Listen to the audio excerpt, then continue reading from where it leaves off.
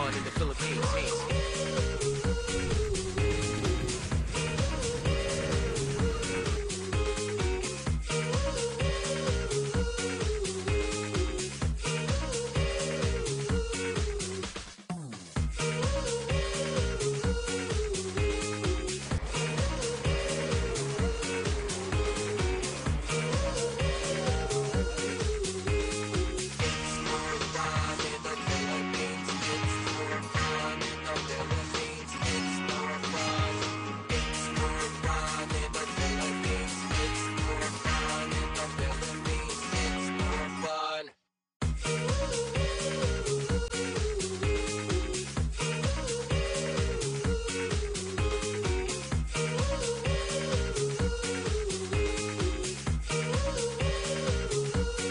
It's more fun in the Philippines.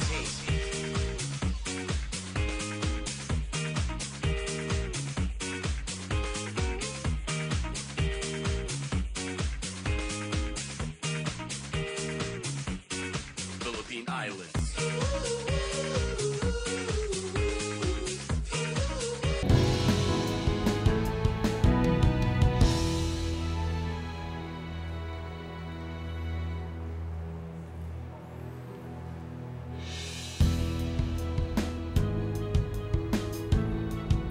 Ang sabi nga ni Dr. Jose Rizal, huwag maging dayuhan sa sariling bayan. Sa ganda at yaman ng ating kultura, sino nga ba ang aayaw na maglakbay at magbakasyon? Definitely, it's more fun in the Philippines. Magandang gabi po. Ito ang Gov at Work, ang taus-pusong paglapit sa inyo ng pamahalang Aquino gamit ang TV at social media. Ako po si Gio Tingson. Dito sa Gov at Work, maaari mong ipadala ang question sa aming bisita sa Facebook at Twitter o kausapin siya sa Google Hangout. Maya-maya, makakasama natin ang isang cabinet member para sa masusing talakayan tungkol sa kanyang department. Ako naman si Aika Robredo.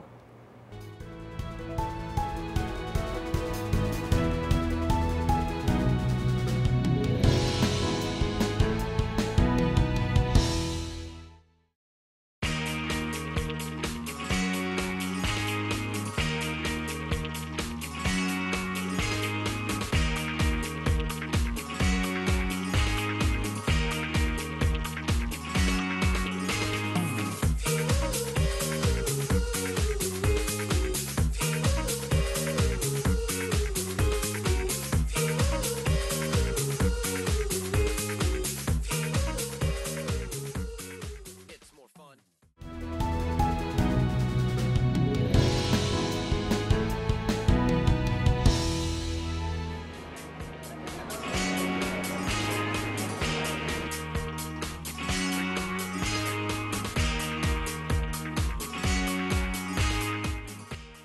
Isa sa mga haligi ng advertising sa Pilipinas, si Secretary Ramon R. Jimenez Jr. For more than 3 decades, mahalagang katungkulan ang kanyang pinamunuan sa iba't ibang advertising firms at iba't ibang awards ang kanyang natanggap bago siya hinirang bilang kalihim ng Department of Tourism noong 2011. Layunin ni Secretary Jimenez na gawing key driver ng socio-economic progress ng bansa ang turismo. Nais din niyang makamit ang target na 10 million foreign tourist arrivals pagdating ng 2016 at makilala sa buong mundo ang ganda ng Pilipinas. The man behind It's More Fun in the Philippines, Secretary Mon Jimenez.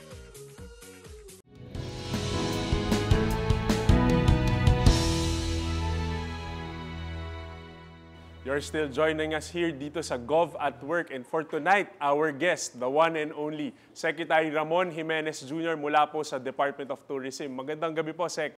Good evening, Aika. Good evening, Gio. Sir, good evening po. So nakita natin sa profile video niya na galing tayo sa advertising.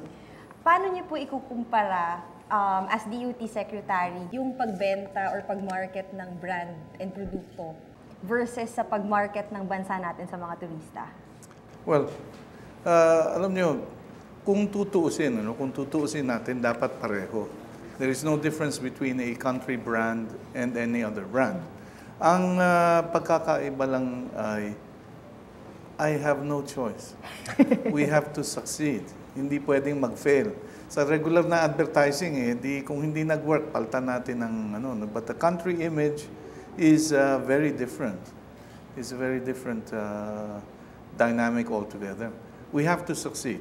And if we don't succeed well, we must make sure that we are able to correct whatever mistakes we make very, very quickly. Alam niyo, ang pagkakaiba is, I make a mistake with a product here. Nagkamali lang ako sa Pilipinas. Pag nagkamali tayo sa tourism image building natin, nagkamali tayo sa buong mundo. So you can imagine that is, in fact, a very significant difference. Sek, nakita naman natin kanina sa video na we're really succeeding on the international scene when it comes to tourism. At marami nagtatanong, saan ba galing or saan ma-attribute itong success na ito? At ano yung overall policy ng DOT, ng Department of Tourism?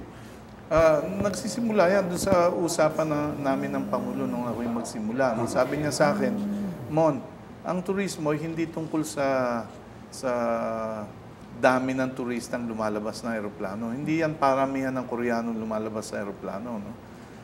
Paramihan yan ng trabahong ginagawa natin. Paramihan yan ng negosyong nabubuo sa Pilipinas.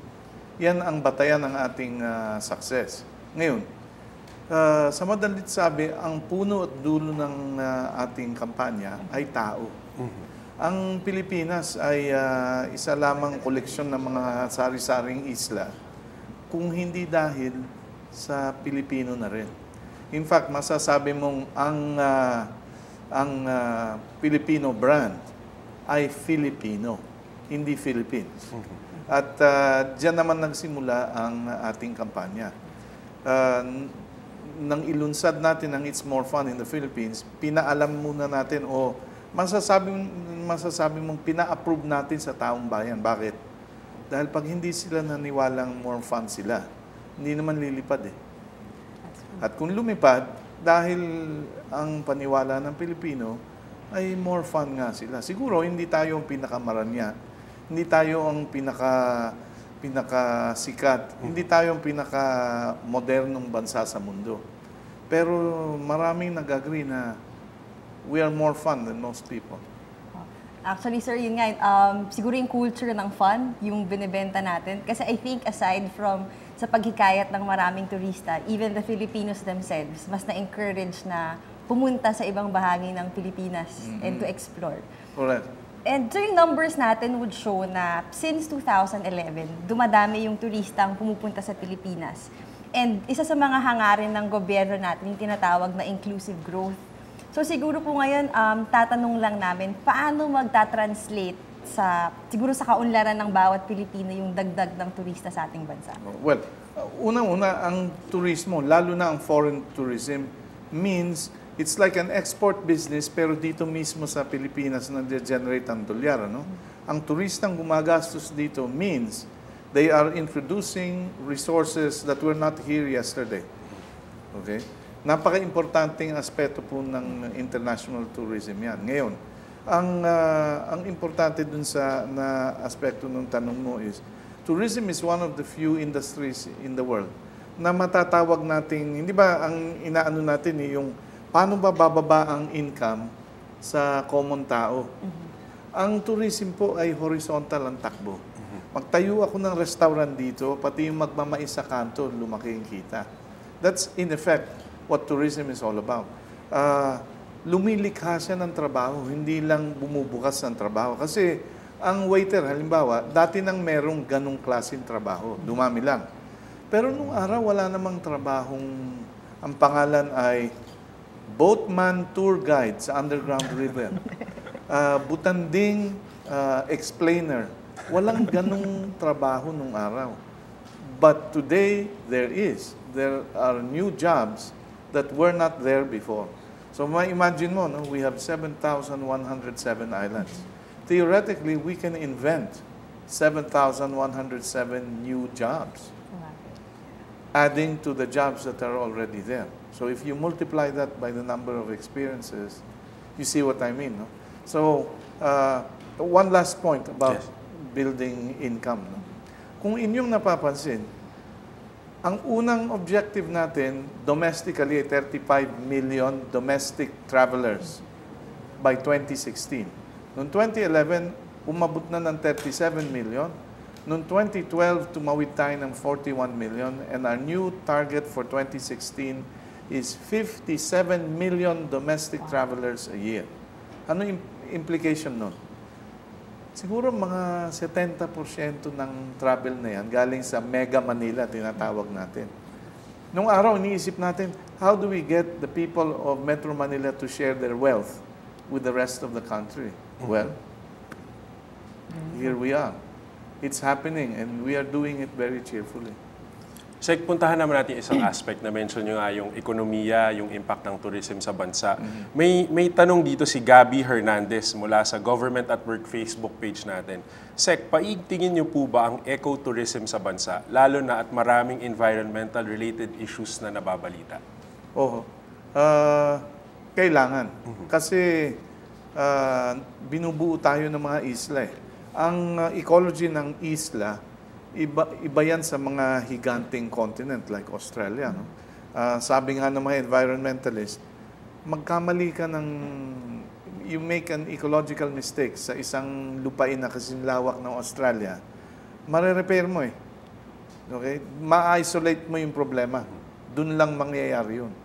Sa isang isla, magkamali ka ng ginalaw mo yung ilog, yung buong isla, sisirain mo. So, maingat po tayo. Ngayon, anong advantage ng Pilipinas? Nagkataon lamang na underdeveloped tayo. Sa mga tuwid, we never had the money to destroy our own islands, at least most of them.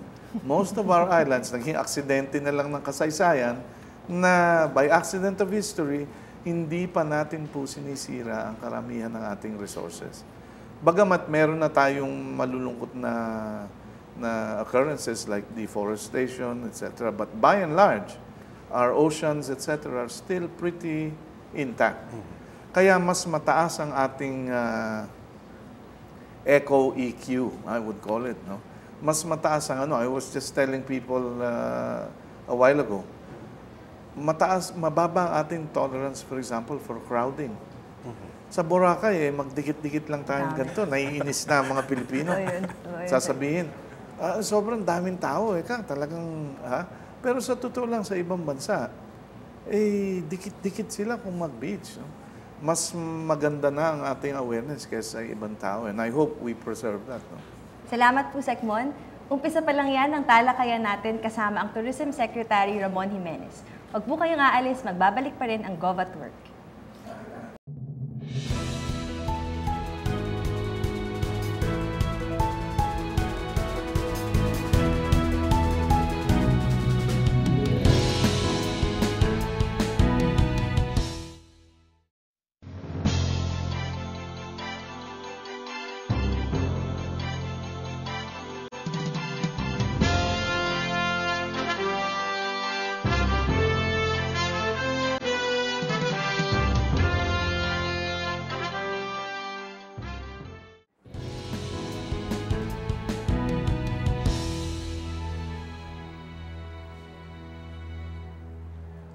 At ito pa rin po ang Gov at Work with our guest, DOT Secretary Ramon Jimenez Jr. Sa pagkakataon ito, sa segment na ito, gagamitin natin ang Google Hangout o ang Gov at Work Hangout na kung isa itong aplikasyon na kung saan ang 2 hanggang 10 katao ay maaaring makasama o makapag-participate sa isang diskusyon kasama natin si Secretary Jimenez. Kaya simulan na natin, ipakilala natin ang mga ka-Gov at Work Hangout natin. Simulan natin kay Ryan Ginto, Charlie Labajo, Phoebe Torres at Patnubay Tiamson. Mabuhay sa'yo, Ryan.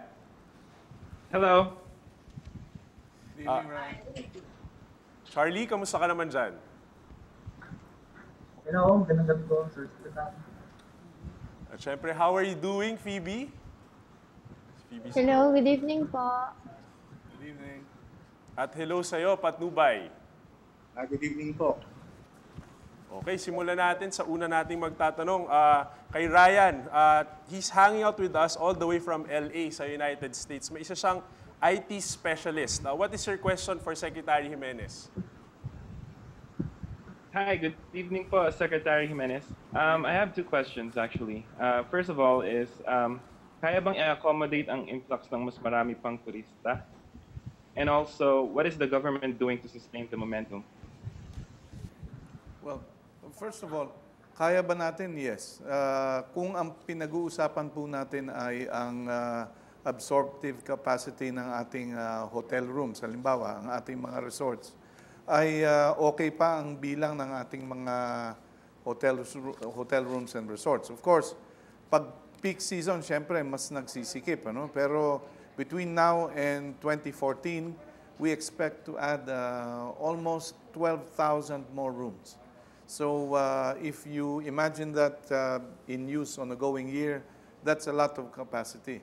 Alam ng karamihan, Ryan, na ang pinag-uusapan naman natin sa airports ay tuloy-tuloy naman ang expansion.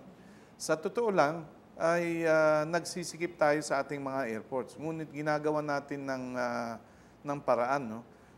Sa ilalim ng direksyon ng DOTC, pinagbubuti natin ang mga sistemang umiiral sa airport, katulong ang Department of Finance sa Customs, ang Department of Justice sa Immigrations, and ang Department of Health sa quarantine. No?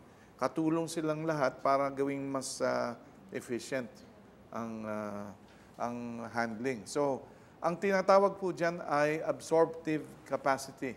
Kasi pwede mong itaas ang demand, pero kailangan magaling kang mag-absorb. So, yun po ang ating pinagtutuunan ng pansin. Ngayon, are we doing more? Yes, we are.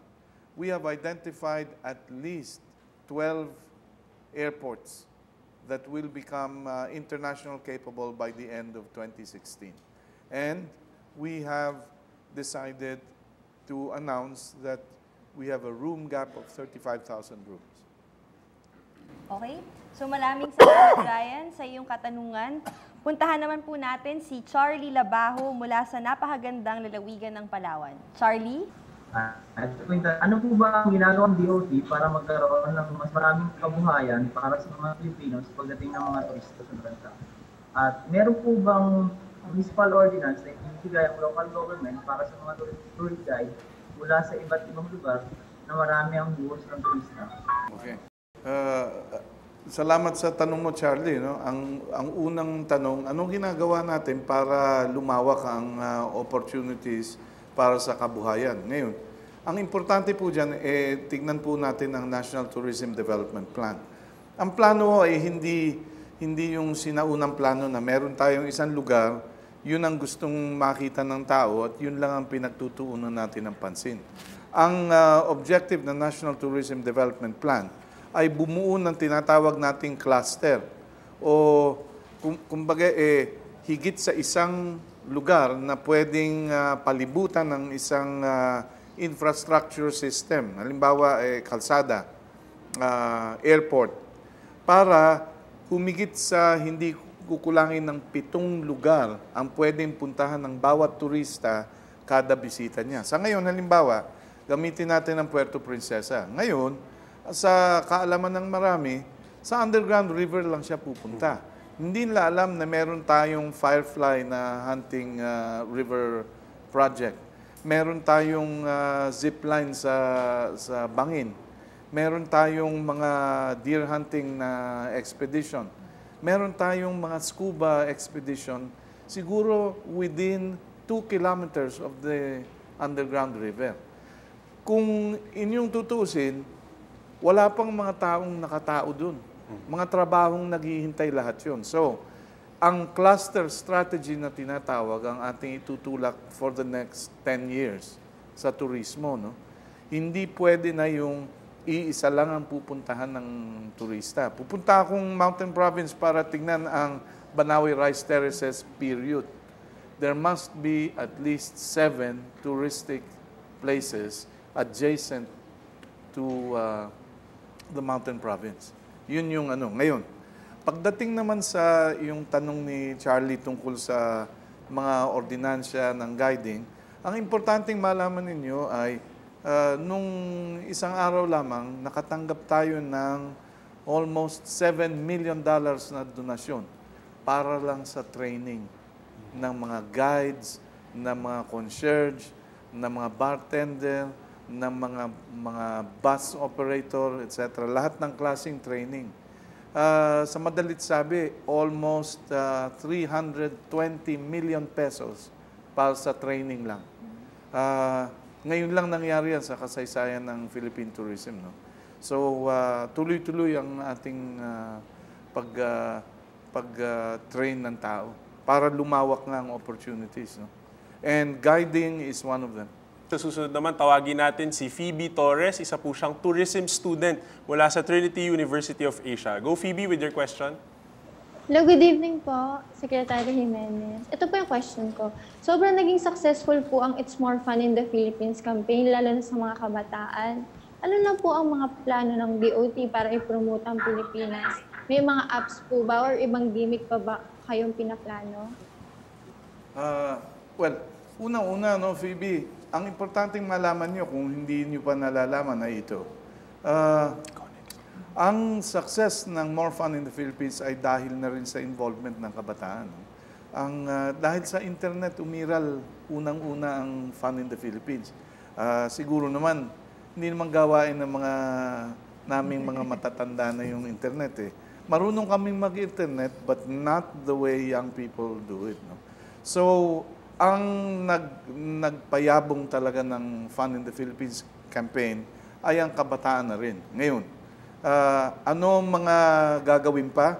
Well, I don't mind telling you. Halimbawa, mamayang hapon, for the first time in our history, makipagpulong sa atin yung Google. Dumating dito ang kanilang mga kinatawan. Bakit? Kasi nakita nila sa kanilang statistika na napakaraming taong nagsa-search tungkol sa Philippines and Philippine-related events. So, hayaan nyo, babalitaan ko kayo dahil meron yatang gimmick na gusto nilang gawin eh. But, gayon pa man, ngayon pa lang, kung titignan ninyo, halimbawa sa inyong iTunes na apps, merong mga apps dyan, hindi gawa ng DOT. Pwede kang gumawa ng sarili mong It's More Fun in the Philippines na poster. Kukunan ko kayong dalawa ng aking telepono, sasabihin ko, hosting, More Fun in the Philippines. Tapos, ipopost ko na kagad sa Facebook. I can post it as Instagram. I can share it in email, Twitter, etc. No? Ang involvement ng youth is very simple. Tourism is love of country expressed as a warm welcome. So, do two things for me if you're with the youth. Talk about it. And then the second is, talk about it some more. Okay. Thank you, sir. Thank you, Phoebe, sa tanong mo. Ang susunod naman po magtatanong ay si Patnubay Tiamson, the Angono Tourism Officer from Rizal. Mula po ako sa bayan ng Angono, Rizal, art capital po ng Pilipinas at Gigantes Festival. Ang aming pong local government ay active sa pag-promote ng tourism sa pamamagitan po ng social media. Meron lang po akong suggestion. Sana po magkaroon ng awards o incentives ang DOT sa mga local tourism po na ginagamit po ang social media para po ma-promote ang kanilang pong bayan. Patnubay, alam mo, ang mga insentibo, importante po yan, no? Lalo na sa turismo. So, I can tell you na tayo'y nagpaplano na ng tinatawag nating Tourism Awards. For now, dahil wala pang pangalan ng mismong award, it is known as Project Star. And hinahanap po natin ang ating mga tourism star, ang mga tumutulong sa atin sa ating bagong industriya. Ngayon, kung ikaw, Patnubay, ay gumagawa ng taga-Angono ka, so kung sa palagay mo, ang mga gumagawa ng inihaw na itik sa Angono ay malaking contribution sa ating turismo, you can nominate them. No? I can tell you right now, Angono is famous for its painters and its artists. So we might be able to find certain people who will be worthy of a tourism award. No? Ang insentibo sa turismo ay simple lang, lalo na kung ikaw ay nasa lokal. Ang turismo ay nangyayari sa local government. Nagsisimula po yan sa lokal. Hindi po sa national nagsisimula yan. I can only provide encouragement. Ako ang inyong ahente de pataranta, kung gusto niyong tawagin ganun. Ano? Pero kayo ang gagawa, kayo ang bubuo. Dahil kayo ang dadalawin. I hope that answers your question. At maraming salamat sa ating mga kababayan na naki-Gov at Work Hangout. Magbabalik po tayo after the break.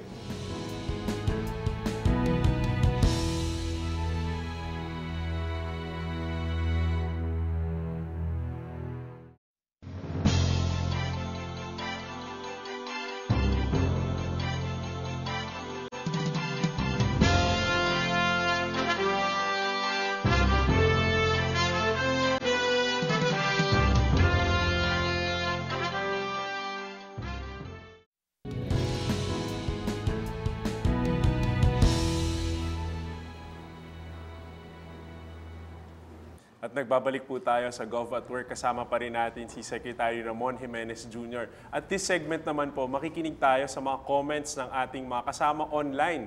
Aika, ano yung mga comments na meron tayo today? That's right, Gio. From Gabriel Martin Layog Magsino, sabi niya, "Hi, I just watched your show's pilot episode with Secretary Almendras.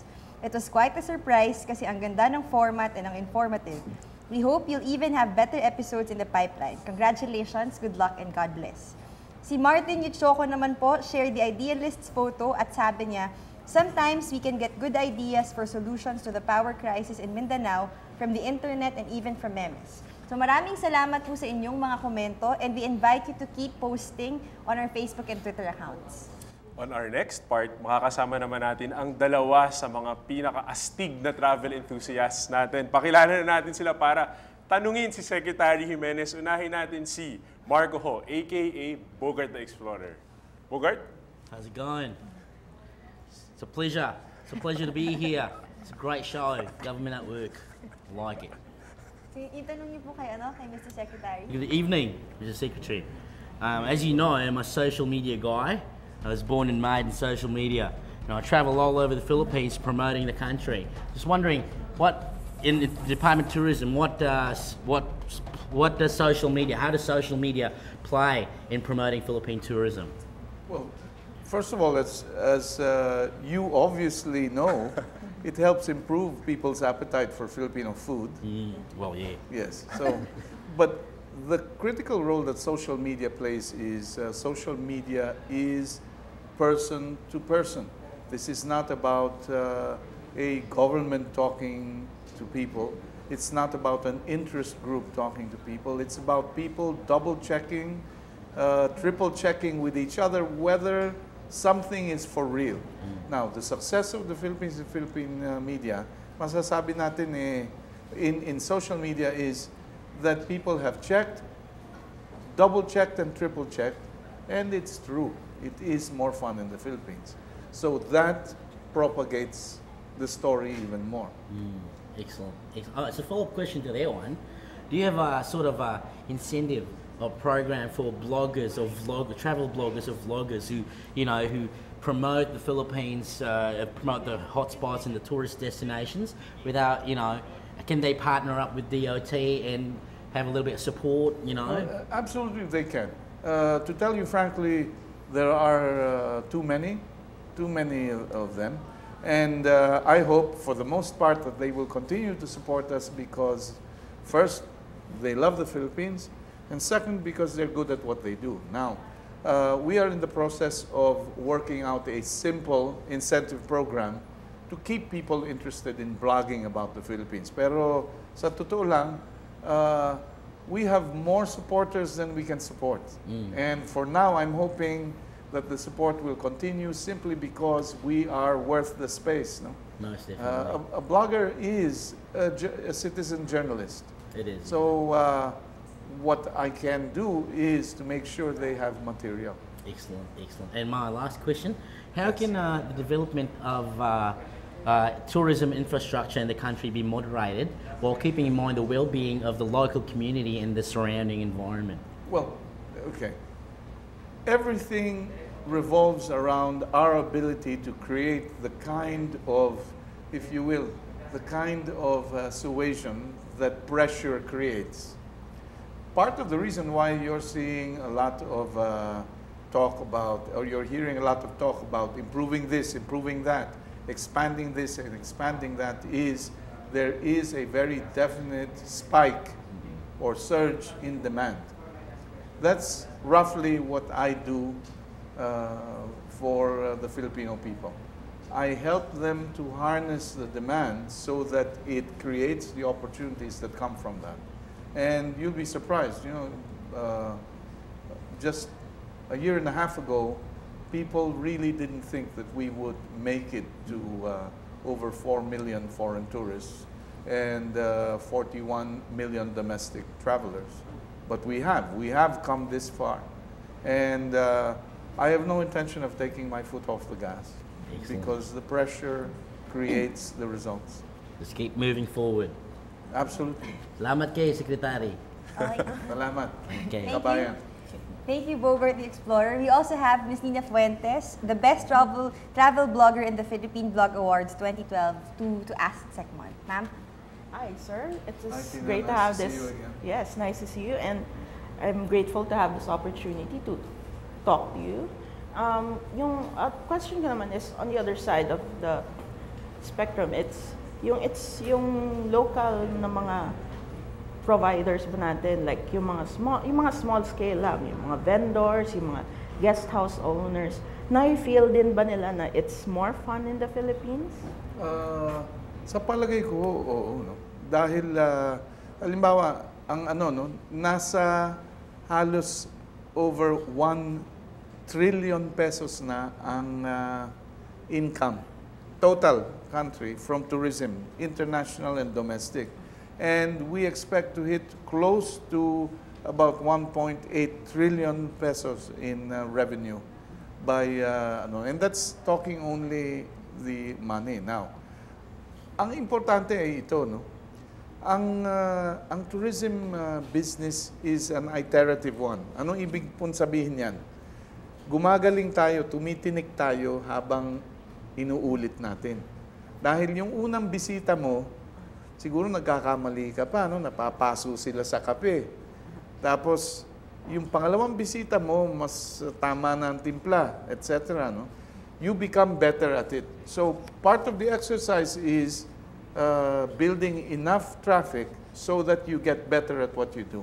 And you get training. Bibigyan kita ng example. Nung magsimula tayo, akala ng mga kapitbahay natin na merong maliit na inn. Yung bahay nila, ginawang hotel. Para matuwa ang bisita, ginawa nilang multicolored ang tuwalya. Kailangan sabihin natin na hindi po yan ang hinahanap po ng turista ay puting tuwalya. Kasi pag puti ang tuwalya, alam niyang malinis.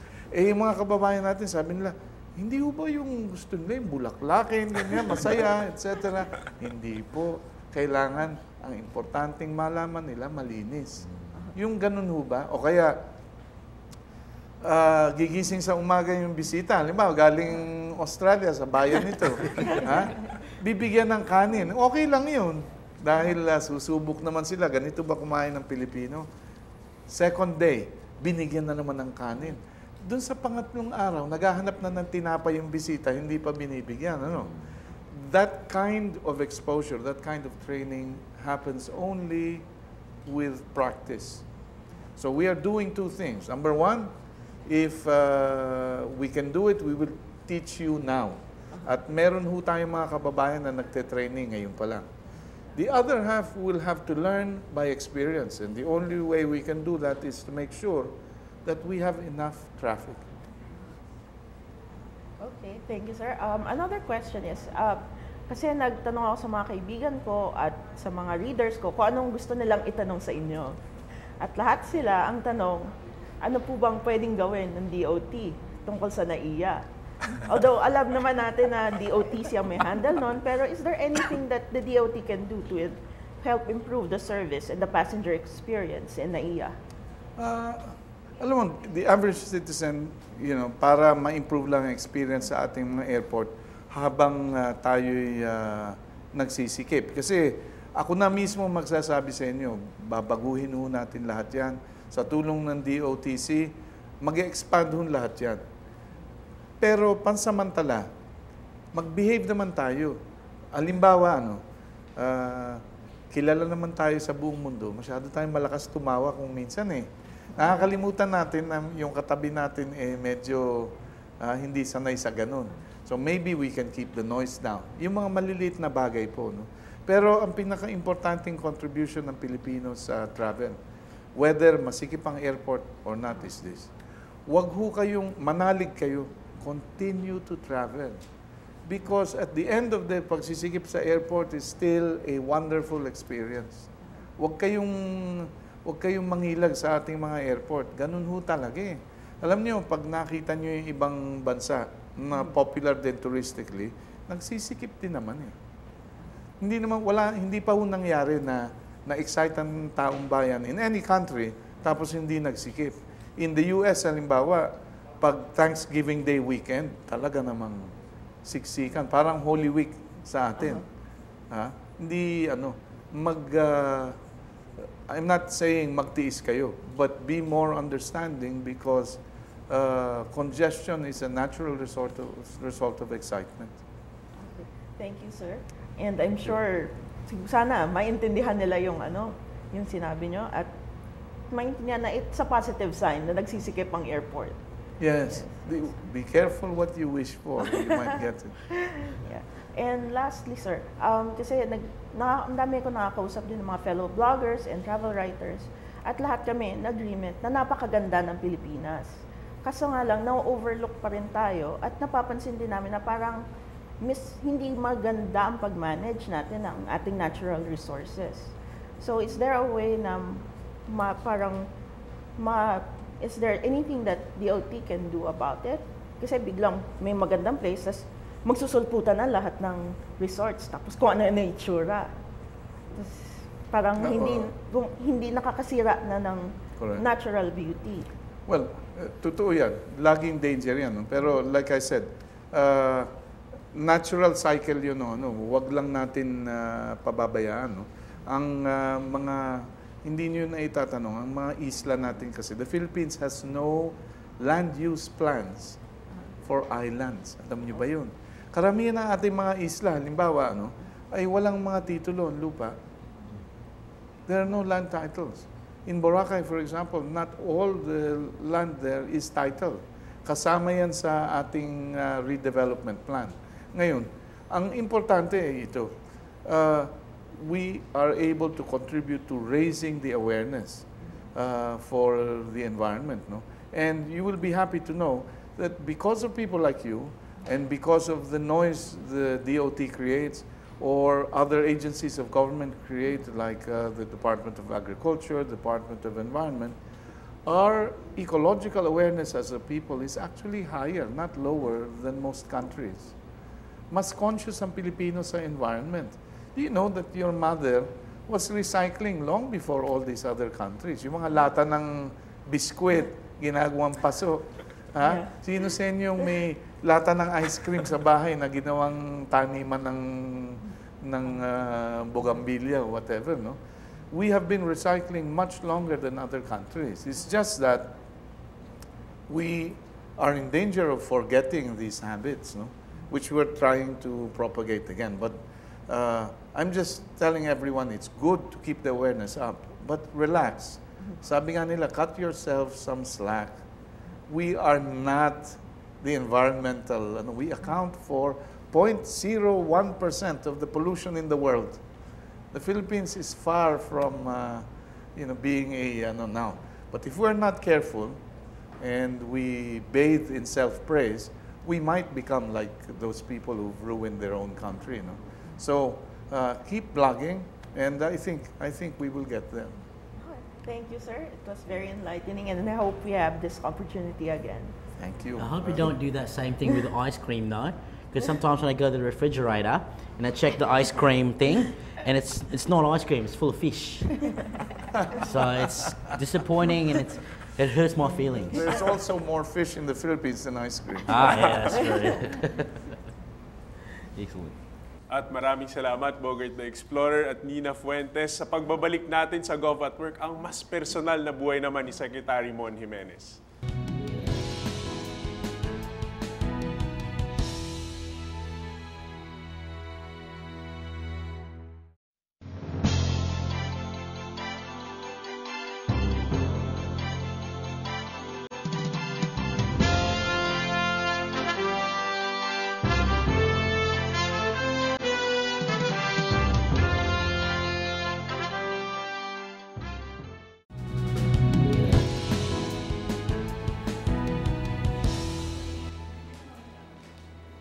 You're still watching Gov at Work with Tourism Secretary Ramon Jimenez Jr. Puntahan naman natin ang lighter side niya. Sec, since na-mention na ni Bogart yung pagkain, kagutom nga. So, ang tanong ko sa iyo, for your more personal questions, if you were a local delicacy, what would you be and why? Well, siguro, I would answer that by answering the way my wife would answer, no? Siguro, kung ako yung local delicacy, ako yung pulburon. Kasi pag sinimulan mo ko, hindi ka na makapagsalita.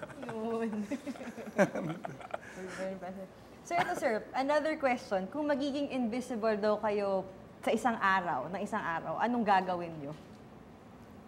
Gusto ko sana matulog, pero hindi ano yun. So, kung invisible ako, alam mo, I would still travel. But this time, to really see if people are as nice to everyone else as they are to me. Is there a particular place, sir, na you would want to go to or na gusto mong bisitahin na hindi niyo pa siguro napupuntahan? Alam mo, pinaghahandaan ko parating ang question yan. 3 lugar po yan. Luzon, Visayas, and Mindanao. Okay. Ito naman, Sec, since we were talking about technology, since ganyan social media, what if you were to give up one piece of or modern technology or a gadget that you have? What would it be and why? Well, very definitely, I think I would give up my telephone. Bakit? As painful as that may be. Because if you lost it, you have no choice. You really have to make direct contact with everyone. It won't be easy, but if I had to give one up, it would be that. Besides, I love TV too much. So sir, TV na lang over cellphone. Sir, isa pa po, aside from the It's More Fun in the Philippines, ano pa yung pwedeng parang pick-up line na gagamitin natin sa turista to encourage them to visit the Philippines? Alam nyo, it's not a change in the line itself, just the context. Ang pinaka-powerful na form ng It's More Fun in the Philippines is when you tell a foreigner, you are more fun in the Philippines. Because that's really true. Okay. They're boring in their own country. Maraming salamat, Secretary Jimenez. Indeed, yung favorite meme ko ni Sec, yung Mad Men. It's more fun in the Philippines lumabas. This is how the mind of our Department of Tourism Secretary works. Sir, closing message sa mga viewers natin. I have a very simple closing message for our people. Continue to travel. Continue to travel, whether that is abroad or domestically. Why is that? Because you are the eyes and ears of Philippine tourism. Travel, talk about it. Then the more you do, the more we learn, the better we become. Happy trip. Thank you very much, Secmon, for joining us in this episode of Gov at Work. Nag-enjoy kami ni Gio actually, and I wish we could have you longer. Thank you, Sec. Thank you. Thank you, sir. Thank you. Maraming salamat muli, Tourism Secretary Ramon Jimenez, for gracing our program tonight. We wish you all the best sa pag-showcase ng ating napakagandang bansa sa mas marami pang dayuhang turista.